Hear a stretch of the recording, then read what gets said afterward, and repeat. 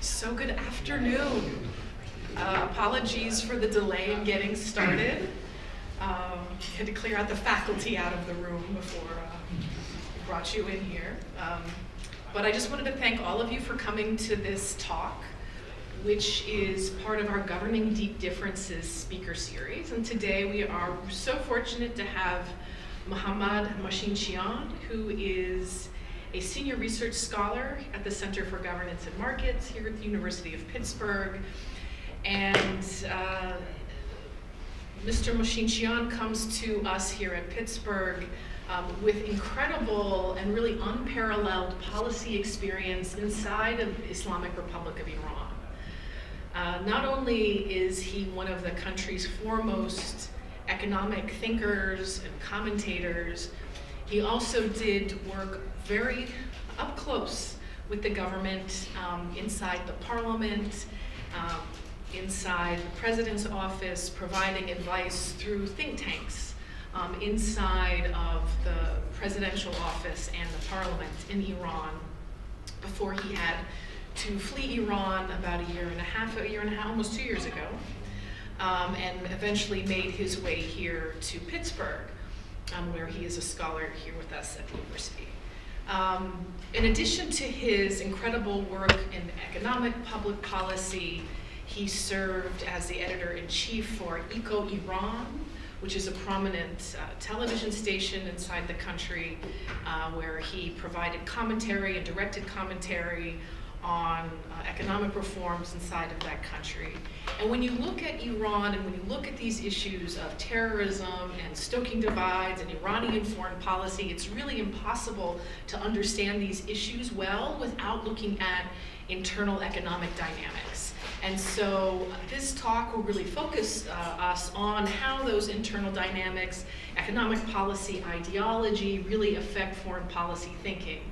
So the genesis of this talk came, about almost 2 months ago, shortly after the Hamas terrorist attack on Israel, where Mohamad came up to me and said, we have to talk about this, because the world needs to understand what role Iran has in sort of stoking these divides inside of the Middle East. So we can look at this as a Hamas-Israel issue, or we can zoom out and look at the entire region and the role that foreign powers play, specifically Iran. So I know many of us have questions about Iran's role, and we have no better expert before us than Mr. Mohamad Machine-Chian, who will lead us in discussion for the next 40 minutes or so. And if you have questions, feel free to interrupt him.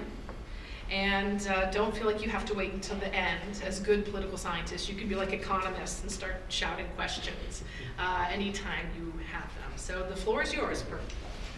Thank you very much. The thing I like about universities in the US, no chanting. Not yet. Not yet. So let me begin by saying that the revolution, first of all, thank you for showing up. The revolution of 1979 succeeded thanks to the militia groups such as Fedayeen Khalq and Mujahideen Khalq, and their approach to guerrilla warfare, disinformation, hostage-taking, and terrorism. So these are the, look, this is the Fedayeen Khalq, the other one, Mujahideen Khalq. I'm sure you can tell a lot by just looking at their logos. After the revolution, militia groups remained a fundamental part of the regime in Iran, and from the very beginning, they have been tied with Israel and Palestine. These groups remained relatively small until the Yom Kippur War of 1973, in which Iran supported Israel, and I wondered if my pronunciation of Israel is... And so after, until the Yom Kippur War, 1973, Iran supported Israel, and by doing so, Shah of Iran made a lot of enemies. Most notably, the Soviet Union, Muammar Gaddafi, of course, of Libya, and Yasser Arafat of the PLO. and often two or more, or at the same time, contributed and helped these groups. So after 1973, these terrorist groups,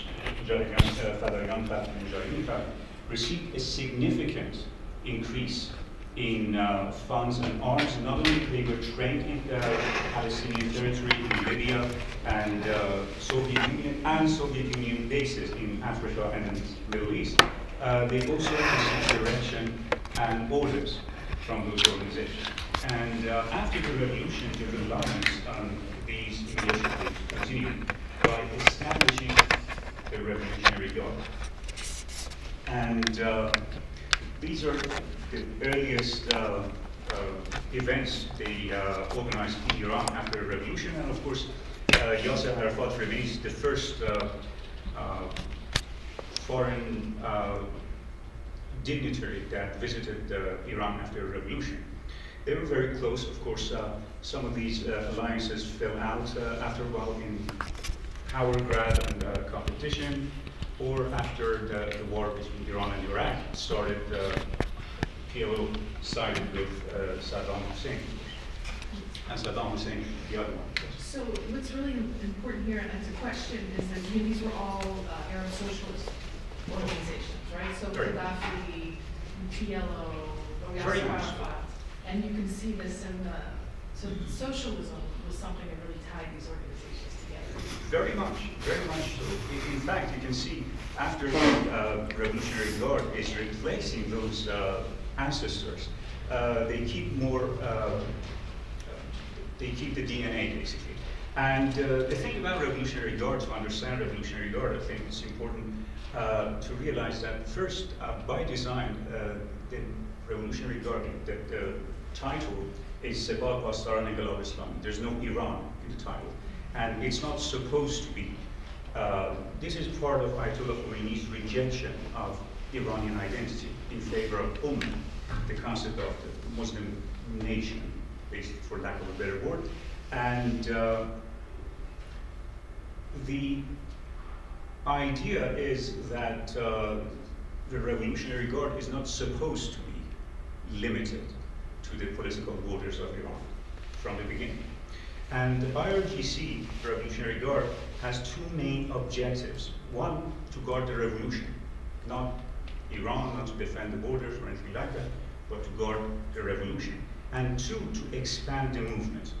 And the ideology behind it is that Islam is under attack from the West, and Muslims have become complacent. So we should wake up and unite Muslims against their enemies, and the arch enemy is, of course, US, and the manifestation of US imperialism in the Middle East is Israel. And the foreign legion of IRGC is called Sebab Quds. And Sebab means legion, Quds is the Arabic word for Jerusalem. So the name of the foreign legion of the IRGC means the legion that is supposed to free Jerusalem. And this has been the main objective and the ultimate goal of the Quds Legion from the very beginning. And the modus operandi of these, of the organization and all the militia groups that work or are directed under IRGC and Sebab Quds is that the end always justifies the means. And I mention that because in a lot of their operations and activities, some people I see have a very hard time wrapping their head around it. And you see, this is a very old, this is 43-year-old cover of a magazine of the Revolutionary Guard, even before establishing the Sebab Quds. The aim has always been to free Jerusalem. Even during Iran and Iraq war, I remember the aim was, because after 4 or 5 years, Iraq was willing to cease fire and end the war. The Ayatollah Khomeini didn't want to end the war, wanted to continue, wanted to conquer Iraq. because the way to Palestine, the way to Jerusalem, they said goes through Iraq, and that was the idea. And of course, you'll see the continuation of that DNA to the organizations that followed. So, IRGC works directly under the supreme leader, so the president of Iran has no say or oversight over that. And respectively, Quds Legion operates under the IRGC. However, because of the nature of their activities, Quds Legion has always been trusted with a great deal of independence under General Qasem Soleimani, who was very close to both the Supreme Leader Ayatollah Khamenei and, of course, to Russia. And the number of these organizations, you've not heard of many of these organizations. I could include more organizations. Even some of their logos are identical almost. However, their operation varies significantly. And let me just give you an overview of what are we talking about here. These militia groups have between 120 to 250,000 combatants, forces, I should say. And some have political ambitions and presence. Some are just there to take the blame and do the crazier stunts. So you remember the almost identical logos. Some of these groups are there only to take responsibility after they do something and take the blame, and they have been recognized as terrorist groups. Of course, they do abhorrent things, and but by taking responsibility, they keep other organizations relatively safe. And there are probably the most important thing to realize is that there are A teams and B teams. This is, I think, a very helpful way of looking at these organizations. The most notable example probably would be Hezbollah in Lebanon being the A team, and Hamas would be the B team. And so a lot of people talk about Hamas and its relation to Iran as if they have less of an influence on Hamas. That is not how to look at things. I think the better, more helpful way of looking at it is that Iran regards Hamas as more disposable. And that, of course, there are a lot of reasons for it. To begin with, they happen to be Sunni, they're not Shia. They have different ideologies in a lot of cases. And, but that is not to say Hamas is, say, for example, more independent or independent, I guess. So as for the budgets, what are we talking about? The budget varies year by year. For example, during the war in Syria, the budget of Syrian Quds forces, foreign legions of IRGC, at some point around 2015, if I'm not mistaken, reached 15 billion a year. From Iran. From Iran, just, yeah. And they spent a lot of money, or in Iraq, for example, at some point it reached more than 1 billion a year, but at the moment it's about 150 million a year. Of course, these numbers, first of all, very conservative estimates, and second of all, this is just funding. This is not necessarily training, this is not at all training, this is not intelligence gathering, this is not planning, this is not creating other things. And not to mention the facilities a lot of these groups have inside of Iran, or they have access to in other countries, such as Sudan, for example, and other places. And this is not comprehensive by any means. I could add Afghanistan, I could have added Pakistan, but I'm mentioning here more significant ones. And the thing to, Hezbollah, again, is probably the most important group that is operating these days. And Hezbollah's budget is around, reached $150 million in the past 2-3 years. But at some point, it did reach $1 billion a year. And Hamas's budget has always been, there are estimates, and our estimates are based on mostly Hamas leadership or IRGC accounts of how much they have contributed.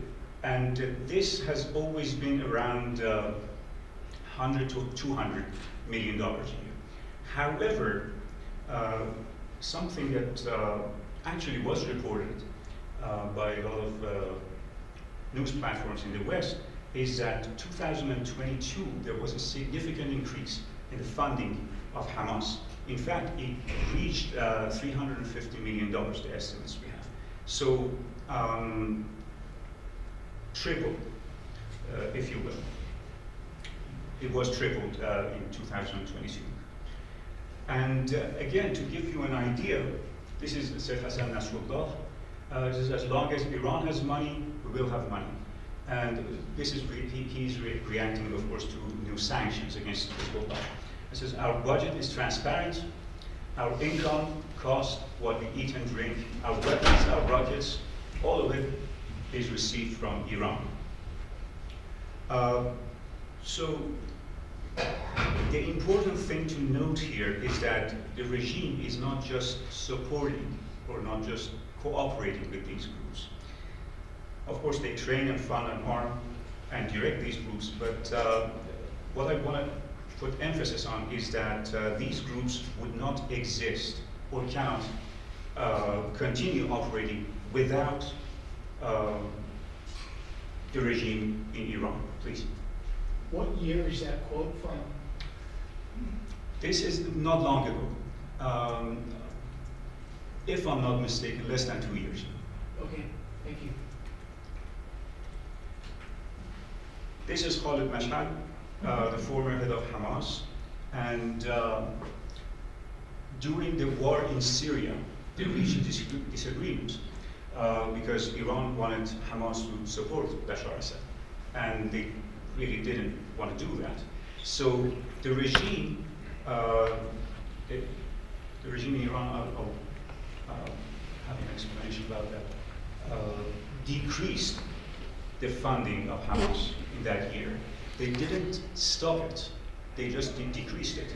And the decrease of, this is Mohamad Machine-Chian, the decrease of funding from Iran has affected the movement and created a big financial crisis. Hamas was forced to shut down multiple media outlets such as Quds TV and their news agency and other institutions. And Hamas also had to pay half salaries or less to its employees.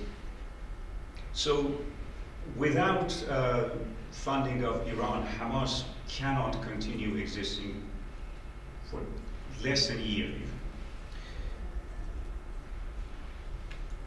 Now, let's get to the October attack. This is the 37th International Islamic Unity Conference in Tehran, October 1st. And these are, of course, emissaries, dignitaries from all over the world. The person probably most notable, the white jacket in front of, that's the senior member of the Politburo of Hamas and the representative of Hamas in Lebanon, Osama Hamdan, next to Iranian president. However, what I want to, and the third, this was October 1st to October 3rd. On October 3rd, they had an audience with the supreme leader. Of course, everybody's here, heads of the different branches, executive, legislative, and judiciary, and heads of the Guardian Council and the Expediency Council. And the supreme leader had interesting things to say on that day. First, he said those who pursue normal relations with Israel are betting on a losing horse. and condemned to failure. The usurper regime, Israel, of course, is on its way to die. Of course, this was picked up by some outlets in the West. They reported it. But the other thing, the thing I'm going to show you next, at the time, nobody really picked up on. And it wasn't even translated, or at least I haven't seen it being translated in the West. He said, as we have repeatedly said, we do not encourage anyone to go to war or take military action, and we avoid encouraging it. That at the time, excuse me, that at the time made absolutely no sense. Because for a very long time, they have been saying repeatedly the exact opposite of this. And my understanding is that the target audience of this are the IRGC generals who always compete with each other in taunting the enemies, and of course Hamas in particular, who were preparing for the attack. This is, again, October 3rd, 4 days before the attack. And to my understanding, they had to hear it again from the man himself, that we do not encourage anyone to take military actions, to distance themselves from what was supposed to happen just a couple of days later. And let me go back a little, and it is, I think, important to note that anti-Semitism is a core value in Khomeini, and has always been. And Ayatollah Khomeini was very clear, left nothing to the imagination about his ambition toward eradication of Israel and Israelis, or Jews who decided to go and live in Israel or support Israel. And very fast, Israel must be wiped off the face of the earth. Jerusalem belongs to Muslims. It is the first qibla and so forth. If an Israeli sets foot in Iran, it is mandated for Muslims to kill him. This is not about the state of Israel or anything like that. This is about Jews. And in his argument, it is again important to note, we're never geopolitical or political in general. They always had a theological argument behind it. And of course, if you had questions or wanted to, I can elaborate on this later. I won't get any deeper in this. But after the revolution, Iranian Jewish leaders, again, important to note, such as Habib el-Panian, Iranian entrepreneur, industrialist, he was charged with having relations with enemies of God. He was Jewish, of course. He had friends in Israel, and he wasn't guilty of any crimes, or hadn't done anything wrong. But he was charged with relations with enemies of God, and he was executed, along with many others. This is just one example. And again, if you look at Iran, there's no shortage of very aggressive, very clear. Here, 400 seconds to Tel Aviv, in not only Persian and English, but Arabic, but also in Hebrew. And this, they always make a point to write it also in Hebrew. It is, of course, on the side of all rockets. That goes back to a quote from Ayatollah Khomeini that Israel, about drowning, basically. I won't get into more details. And they made a very appealing imagery. And you should know that the mistakes that they make in Hebrew go viral in I have no idea. Social media, because they're pretty funny, some of the mistakes that they make. And this is, by the way, a counter in Palestinian Square in the heart of Tehran. Palestine, it's the Arabic pronunciation of Palestine, of course. And this counter counts down the days until Israel is eradicated. And here also, 25 years, that's a prophecy of the current supreme leader. He changed his mind later. It's now Israel should not see the 80th anniversary, and so they corrected that later. And as for, again, going back to saying that we have repeatedly said, he's always said the exact opposite. I'll suffice it to one of these. Our stance against Israel is the same stance we have always taken. Israel is a malignant cancerous tumor in the West and has to be removed and eradicated. It is possible and it will happen. And for Iran, the Palestinian cause, by the way, is not a tactical issue. It's not a political strategy. It's an issue of belief, issue of the heart, issue of faith. And the same is true about, there are more. Again, Hebrew on the side of the rockets, and these are some of the officials.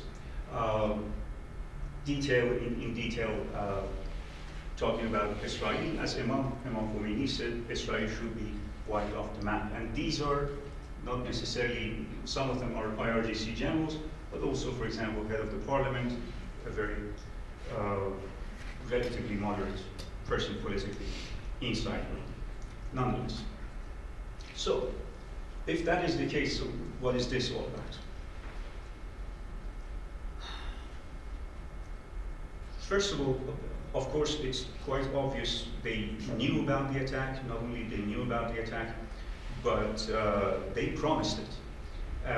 And they planned it for a very long time. It is important to note that in the past 10, 15 years, the regime has been humiliated at least about 24 times. Various operations, and leaders of the nuclear, leaders of the rocket programs have been assassinated surgically, no collateral damage, on Iranian soil. High-ranking officials have been accused, have been tried, have been executed for spying for Israel. Tons of documents have been leaked and stolen. And the supreme leader has promised revenge time and again. So, in fact, he has been very clear that in the fact that we are going to avenge all of these operations against us. However, the last time they tried revenge, it was disaster, and IRGC had to shoot down a passenger airplane in the sky of Tehran to avoid a US retaliation and potential open war.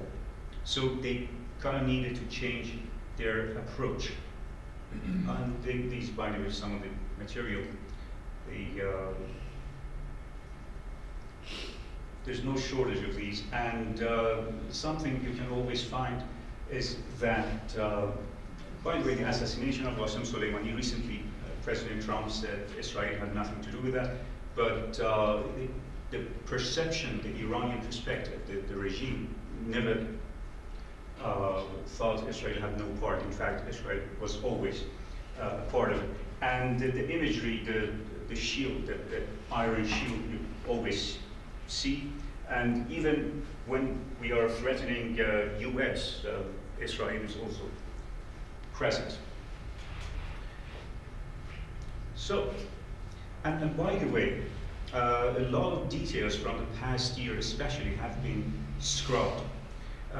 You can find things if you know what you're looking for, but a lot of details, which at the time was used for propaganda, now can probably be used as evidence. So much of it is no longer available on platforms inside Iran. So those previous slides that you just showed about Soleimani, they were calling for revenge, right? Yes. That's what they were saying. That is the hashtag they've been circling around. It's called Intiqam Sad, the hard revenge, which doesn't translate well to English, but yes. That's what I want you, it's important for people here to know is those signs were like the hashtag of the absolutely. response. Good point. And not only that, they also make the effort to include an iron shield, let's say. And this has always been a focus. Just here I'm going to give you one example of the things.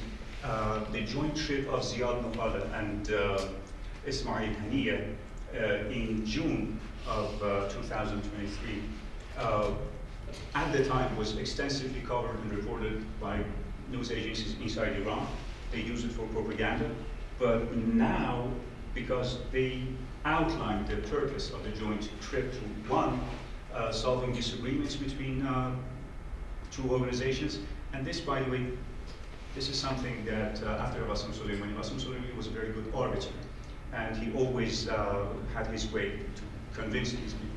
Oh, I'm sorry, I didn't see. Yeah, Go ahead. so I did my undergrad thesis on Soleimani, and my research question was that was there a possibility that US and Iran would get into a war after the assassination of Soleimani, because there were a lot of threat of retaliation and everything.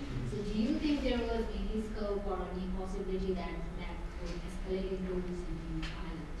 It would have escalated if they didn't shoot down that passenger airplane. Yeah, that was their response. And so they outlined the purpose. First, to solve their disagreements. They solved their disagreements in Tehran, the Palestinian organizations. And two, to create a war room for coordination against the Zionist regime. There, they actually go into details, saying that the purpose is to create a unified front and coordinate with other forces in Iraq, in Syria, in Lebanon, and in Palestinian territories.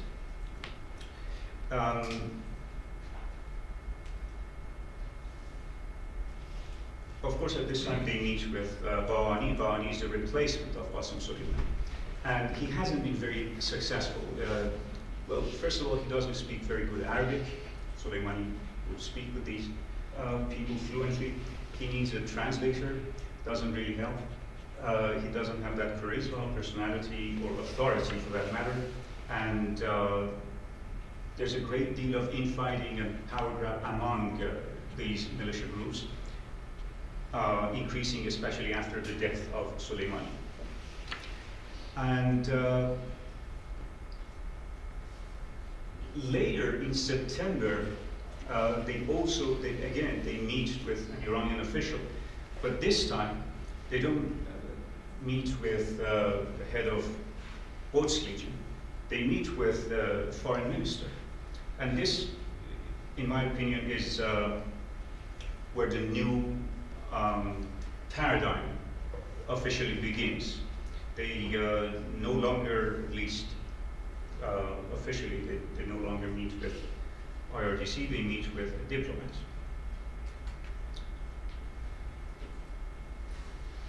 And this is the official stance during the months leading to the October attack. And here, it's very clear, this is again Bahani, the head of Quds Force, to all commanders and mujahids in resistant groups, on behalf of myself, on behalf of the Supreme Leader of the Islamic Republic, I promise you that Quds will be victorious. So they're still very active. We remain committed to the pact that Qasem, it's a nickname for Qasem Soleimani, made with you, and as pressures increase and the siege intensifies, we will never leave Palestine alone. And the Supreme Leader also met with heads of Islamic Jihad, and he said the Islamic Republic's support of Palestinian groups will continue. However, yes, these are the official reactions to the October 7th attack. And everybody you'll see here is on the same page. And there is a surprising resurgence of the reformists reacting to the attack. For example, probably the most important person to note is Mohamad Khatami, the former president, the moderate reformist president, who is semi-retired at this point, and he doesn't really offer a lot of opinions. For example, during the protests in Iran, he didn't really say much, and he still has supporters in Iran, and they were asking him to say something. They didn't bother. But after the October attack, everybody on the same page, and they attribute this achievement to, he says here, Israel's propaganda ignores power and independence of the Palestinians and tries to attribute this achievement to other powers and nations. No, doesn't even mention Iran. And this is the Chief of Staff of the Armed Forces, the Palestinian youth did it, the Palestinian people did it here, head of the parliament, the Palestinian youth again, the supreme leader, Deputy Commander-in-Chief of RGC. It gets to absurd levels, as if he's just making fun of it. In this historic attack, the Islamic Republic has played an effective role in boosting the spirit of the resistance. Different kind of taunting is going on. And again, they are supposed to liberate their own land, and the narrative changes dramatically, completely. And ladies and gentlemen, let me introduce you to the future president of Iran and the architect of the new paradigm doctrine. Israel seeks to portray Iran as a threat. I'm very pleased that our supreme leader disrupted the Israeli plot in his Tuesday speech. This was a necessity for Iran's national security. And again, I'm not going to details here about Iran's foreign policy apparatus, how it works, and how it has changed over the years. Suffice it to say that Zarif has been the biggest proponent of representing Iran as a country and not as a revolutionary movement. And the approach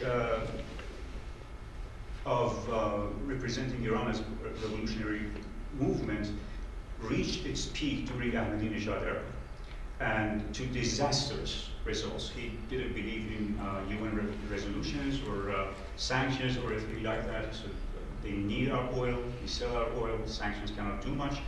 And he continued, for example, representing Ayatollah Khomeini's views about eradication of Israel. But Zarif was the biggest opponent. Yes, please. Yeah, I watched this his speech. The disruption that he's talking about here, from my understanding, the leader in his talk, the supreme leader in his talk, sort of de-escalated. Yeah. Right? Of course. Yeah. Yes, of course. Yeah, he says it's about supreme leaders saying that we have no part of this in this. This wasn't us, this was Palestinians. And he says that, this is his rhetoric, basically. You're right. And so he has always been saying that, trying to change, trying to use diplomatic means to represent the country. And probably one of his more important points is that militia groups should serve our goals, our diplomatic goals. However, at the moment, we are serving these militia groups. And that is because of Qasem Soleimani's influence. And Soleimani routinely undermined Zarif as foreign minister and took advantage of diplomatic channels for military achievements and objectives. And so he finally was able to prevail in his narrative. And of course, for a long time, this is also important, he has been talking about his influence in the US and his ability to reach an agreement with the US with very good conditions, and he's always been complaining that I had to deal with the US with my hands tied behind my back, thanks to both Soleimani and Khamenei. And Soleimani is now, fortunately, eliminated, fortunately for many people, including myself.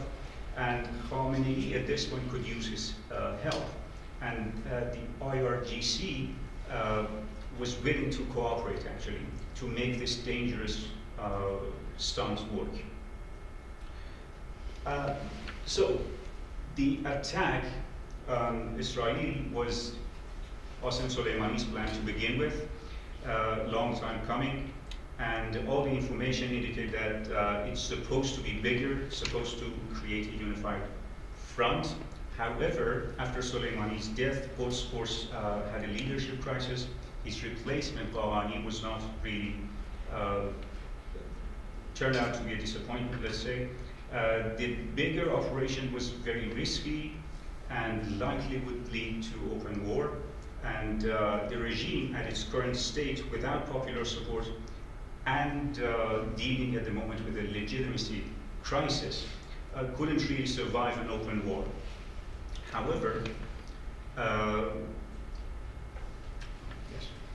And the war of succession, of course, this is another thing to be mindful of, is raging on, and at the moment there's no heir apparent. If supreme leader dies, regime will be very vulnerable, and normalization process, of course, must have been interrupted. It was perceived as a serious threat by the regime. At the same time, Israel and the US happened to be at the weakest. 50th anniversary of the Yom Kippur War was coming up. Regime desperately needed a victory, and they also could use the distraction from their domestic difficulties. And on a side note, Russia also could use the distraction as well. Imagine a world in which Russia is advising Israel for ceasefire. Again, Yom Kippur happened almost identically. And again, Soleimani was very close to Russia. It's safe to assume they knew about the whole thing from the beginning. Now, so here's the plan, at least as it unfolded. Moving forward, Iran is represented as a country, no longer as a revolutionary movement. IRGC follows the diplomatic narrative. IRGC and militia groups stop sabotaging diplomatic efforts, as they did before, for example, in the case of JCPOA, Soleimani specifically, despite Khamenei's orders, I might add. He, for example, went to Russia and met with Putin right after this, they signed JCPOA. Yes, Soleimani. And the military budget, this is another interesting point. They introduced this in the last budget, so last year. So now they are operating as like this. And the military budget increase will be in the form of crude oil. So armed forces are receiving oil instead of an increase in funds. And there are many brokers, of course, they sell the oil. The money never comes back to Iran. The money is laundered and is distributed to the militia groups. So IRGC needed reformists to eliminate foreign threats and reach an agreement with the US if need be, or after the supreme leader dies. Reformists, first of all, they no longer have a popular support among people like they did have back in 2012 or 2009. And in the upcoming war of succession, they cannot really win against IRGC because they don't really have weapons, soldiers. So both sides cooperate to make this happen. They keep the threat of escalation hanging over the head, and they count on US preference for de-escalation. The other thing I probably should mention is that no longer it was beneficial or even feasible to boast about, because in the past they always talked about, we support Hezbollah, we support Hamas or other militia groups, we fight the ISIL we fight in Syria. They made a big deal out of it. However, especially during the protests in Iran, their riot police was not really sufficient to fight a nationwide protest, so they had to call in the militia groups. So many of these militia groups, there was a lot of reports, there was a lot of videos, in which people speaking Lebanese Arabic or people speaking other dialects, very noticeable among the riot police, and they tended to be more brutal toward people. So first of all, they are widely hated in Iran, and second, the economy is in bad shape. People actually resent the regime spending so much money abroad with nothing but misery and war and terrorism coming out of it. So there's no point basically to continue that narrative. So it also works with what they have to work with here. And of course, another thing, this is interesting because unlike not just Muslim majority countries, but a lot of countries, Iran was probably unique or unexpected in that nobody showed up in support of Hamas's attack. And this is a reformist newspaper in Iran writing that why people in Tehran did not demonstrate like people in Paris or Istanbul or London. And they had to use a picture from Istanbul because they probably would have been shot down if they used a picture from Tehran, because it's very embarrassing. They, if you look at the narrative, you see a lot of archive photos, or they had to be creative. They had the installations and things like that. They had to fill the streets with that.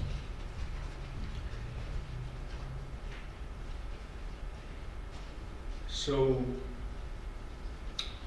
probably the only party in this whole situation that felt a bit left out was Hamas. And after it became quite apparent that Hezbollah is not rushing to escalate, and all sides in Iran kept to the script, there was a lot of leaks from Hamas in which people spoke Persian. So this is probably, yeah, this is a,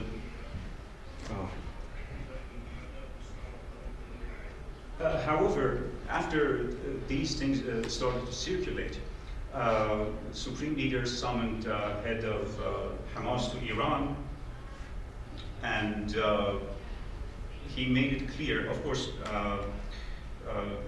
he probably received assurances that we are going to morally and politically support you, but the narrative now is to stay away from it and keep your troops under control. He actually made a point.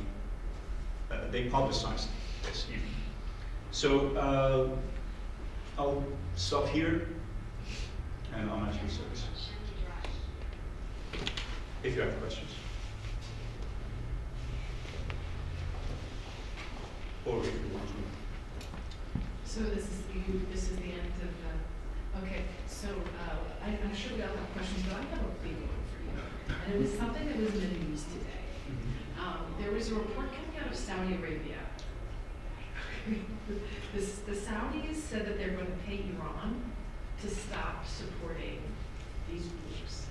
That they were going to subsidize the Iranian economy so that they don't need to subsidize. I'm sure you've seen this report. I haven't. Okay. But I'm not surprised. They Right. already have done this to a degree. The United States has been paying Iran to stay away from. Right. So just imagine this. They did attack Israel. They actually did it. They achieved everything they wanted to. Hamas. No, Iran. Yeah. So you have no question? Absolutely No not. question in your No. mind? Yeah. Not only they attacked Israel, however, everybody was willing to look the other way and even pay them not to escalate. So their calculations was actually very correct. They have been very successful, I would say, in achieving their objective. Sure. So, thank you very much. So, nice presentation. I really enjoyed it. Let me ask a question which 1,000 others they ask the same question. So, what will happen to the regime in Iran once there is no Imam Khomeini? It seems like IRGC and the reformists are reaching an agreement to share the power. IRGC needs reformists for their ability, reputation for foreign policy, because they know after the supreme leader dies, there is an existential threat, because they no longer have any popular support domestically and internationally. There's Israel and there's US and everybody else probably who wants them to be gone. So to avoid that existential threat, they need people like Zaif. So they're willing to share power with them. And that is why I'm saying that Zaif, he probably, it is not clear at this point if he is going to run next year, because there's no benefit in doing so, but he'll probably be president in 5 years, because there's an incumbent president at the moment, and he's dealing with a lot of problems, and probably allow him to leave. So we are doing a course this semester on Middle East, and I'm working on Iran. So I came up with a number of papers on how the political situation and economic situation in Iran has been going on and how it can be solved. And most of the solutions that was suggested, I would suggest that a change of regime. So do you think Change of regime? Right? regime, of course. So do you think that at any point is there a way or any situation might be created that the authoritarian regime might get changed or something? Absolutely. Again, both these groups, both IRGC and the reformists, are mindful that they are under a lot of threats. That is why, because these two groups never played well together. And now the fact that they are a person like Khatami, or for example, the grandson of Ayatollah Khomeini, he's just a Nepo baby. He's not even a politician, but after Hamas's attack, he joined the reformists. He's a reformist, and in support of them. They do realize that the threat is real. They do not have any popular support among ordinary people, so they have to keep the power with force. The force of diplomacy for outside threats, and of course the militia groups, and force domestically as well. But there are a lot of scenarios in which the regime will fall apart. So we have a question from a colleague online, Omid Shekari, who's in the Studio Arts Department here at Pitt, who says that your talk is incomplete because you didn't talk about the colonization of Palestine by Israel and the violence that Israel has created in the past 75 years upon Palestinians. You also didn't talk about the presence of the U.S. in the Middle East for decades, meddling in domestic politics and economics of the countries in the Middle East. It's always easy to criticize Iran or the U.S., but the difficult situation that people in the Middle East have been facing is that they've been trapped between the presence of Western and Eastern powers, especially the U.S. from one side and their own corrupt, reactionary, and violent government from the other. And no analysis is complete if we don't see this dichotomy. Well, here I'm talking about Iran. So I didn't talk about US or Israel for that matter. First of all, I don't know as much about those, as much as I know about Iran. And here, to be honest with you, I struggled and I left a lot of things, Noah can attest to that. I left a lot of things outside of the talk to be able to reach this point. So of course, I didn't talk about a lot of things. But you know, one of the things that I know that you know quite a lot about is the ideology of the governing regime, and so much of the foreign policy. You know, we could talk about Palestine, we could talk about Israel, we could talk about the United States. That Iran has agency, right? I mean, the leaders of the government have agency. They're not puppets of some foreign power. And yes, they, just like every other country in the world, they face pressure. So they have agency to conduct their own foreign policy, and they've chosen a foreign policy based on a ruling ideology. And the ruling ideology very clear, right? That as you have described in your talk, that promotes this revolutionary activity. Absolutely. And so much of, like, to me, when I'm hearing you describe this ideology, it seems so similar and so parallel to like communist revolutionary internationalism, right? Very it's much. almost parallel in construction to communist internationalism. It is, and it's no accident because Ayatollah Khomeini based his model on Marxist-Leninism. However, I will also add that without Iran's contribution, the region would not look like this. We wouldn't have as many or such difficult situations and such horrifying tragedies going on. Because let's be honest, let's be clear, the regime in Iran, first of all, attracts the worst elements, encourages the worst elements on both sides, even in Israel. And because a lot of moderate factions will have no chance in Israel as long as there is a threat such as Iran hanging over the head. And the same is true when it comes to Palestine, when it comes to Lebanon. There are many other factions. Without these encouragements, without these fundings, they are carefully, consciously choose thugs, bloodthirsty people, and they have a very long record of doing these things. And so what I'm saying is, whatever is the story of the other side of the story, I'm sure, I'm firm that Iran has never contributed to peace, to prosperity, to nothing like that. They are encouraging, as you mentioned, they are encouraging violence because that is the end goal. The end goal is the eradication of Israel. And they're very clear about it, and we shouldn't kid ourselves. We should be mindful of that.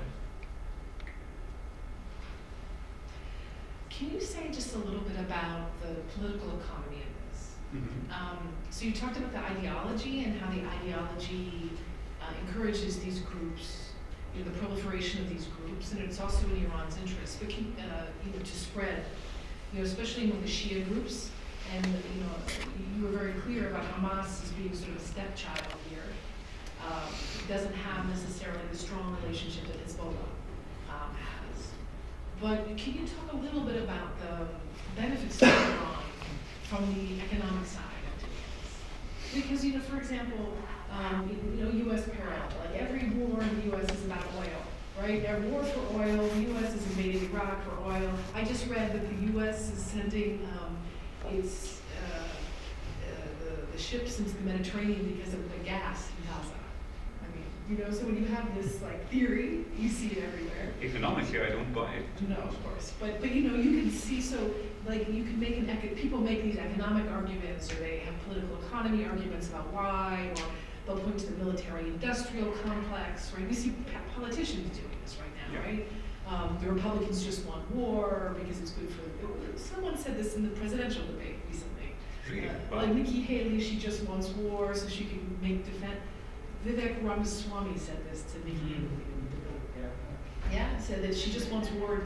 So this is the political economy argument. But what is the in your view, as someone who really focuses so carefully on these issues, what would you say is the benefit to Iran from a political economy perspective? There is no gains. There's no gain. I would argue there's no, the economy argument for war is often misinformed. And even in the case of US, I think that has not been the case. But especially in the case of Iran, it has in fact, they have been running high deficits. So they are spending a lot of money they don't really have in the region, or the money they needed desperately to reform the country. They have been spending that to incite a great deal of violence and misery in the region. And I have paid attention for a very long time. They never made the argument, financial, economic argument for their interventions in the affairs of other countries. They did in one case after Qasem Soleimani was killed. There was actually in Eco Iran there was a roundtable. I probably shouldn't talk about it here, but the point of that roundtable was Qasem Soleimani's contribution for Iranian businesses in Iraq. And my argument was, it hasn't been like that. And this is just, the argument is empty. And if you look at the data we have of our commercial relations with Iraq, you cannot really demonstrate that. So in very specific cases, there has been some arguments, but those arguments, if you look at it carefully, they're not true, really. And Iranian businesses are not better off because of Qasem Soleimani's influence in Iraq or the money he spent in Iraq. It has never been the case. On the topic of budgets, are there certain groups that are favored more perhaps than others when it comes to the prioritization of budget? Absolutely. It's a the ideology comes first, of course. And again, especially in the past 10 years, because of the hardship, because of the shape of the economy, people are questioning those spendings. However, for example, there is a Tabiqat Islami, the Islamic Promotion Center. It has an ungodly amount of, or Ayatollah Khomeini's institute, for example, things like that, or seminaries in Qom, which are very political. They're basically they promote the radical interpretation of Ayatollah Khomeini from Shiaism, which is not even mainstream in Shiaism. It's a very, very peculiar, very specific kind of interpretation, but they promote that, so they receive a lot of budget. So there has been a great deal of pressure from people against those kinds of budgets. In the case of armed forces, the innovation I just talked about is that they're going to receive oil because the government has a very difficult time selling oil because of sanctions. So they just, and Revolutionary Guard to begin with has a few oil wells. They do extract their own oil and they do sell it. However, according to the new budget, they have a share of oil and they do sell it. Some of the money comes back to the country, some doesn't. In that way, they've been able to really hide the increase in the defense budget. That, to my studies, has been the most fascinating, interesting aspect. Very good. Perfect. Thank you very much Thank for you so being much. here. We'll close the vote.